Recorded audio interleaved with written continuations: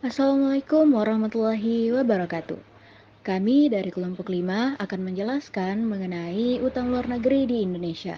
Sebelumnya perkenalkan anggota kelompok kami yang pertama ada Ahmad Faiz, Fauzia Darwis, dan Daur Reski Amelia. Mari kita masuk ke pembahasan mengenai utang luar negeri di Indonesia. Utang luar negeri itu sendiri adalah sebagian dari total utang suatu negara yang diperoleh dari para kreditor di luar negara tersebut. Penerima utang luar negeri dapat berupa pemerintah, perusahaan, atau perorangan.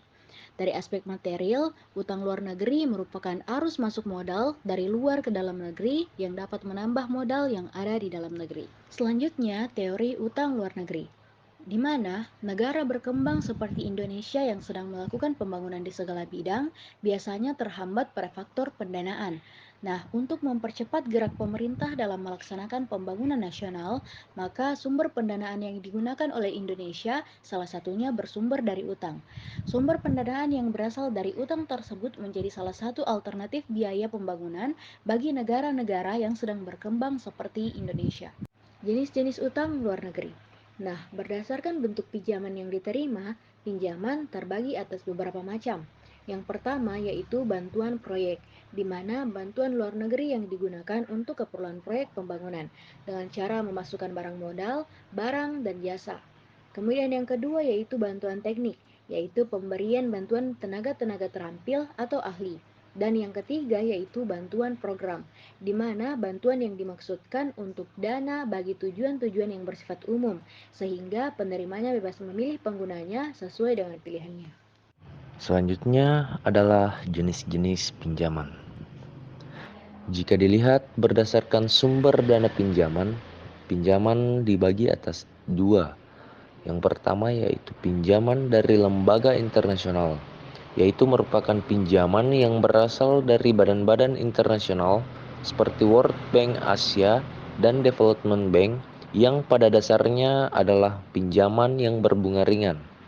Yang kedua yaitu pinjaman dari negara-negara anggota IGGI atau IGI.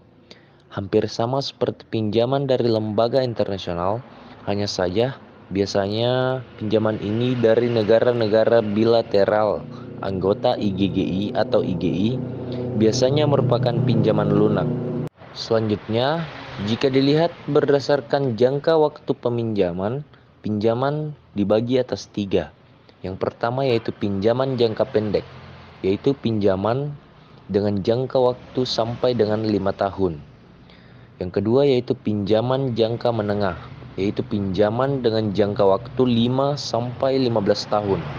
Yang ketiga yaitu pinjaman jangka panjang, yaitu pinjaman dengan jangka waktu di atas 15 tahun. Selanjutnya, jika dilihat berdasarkan status penerimaan pinjaman, pinjaman dibagi atas dua. Yang pertama yaitu pinjaman pemerintah, yaitu pinjaman yang dilakukan oleh pihak pemerintah. Yang kedua yaitu pinjaman swasta, yaitu pinjaman yang dilakukan oleh pihak swasta. Selanjutnya, dampak positif dari utang luar negeri yaitu terhadap pembangunan ekonomi dan peningkatan tabungan masyarakat, sebab alirannya dapat meningkatkan pendapatan dan tabungan domestik, sehingga utang luar negeri menghasilkan multiplier effect positif terhadap perekonomian. Kemudian terhadap pertumbuhan ekonomi dan peningkatan tabungan masyarakat sebagai dampak kelanjutannya. Baik, itulah penjelasan sedikit mengenai utang luar negeri. Terima kasih. Wassalamualaikum warahmatullahi wabarakatuh.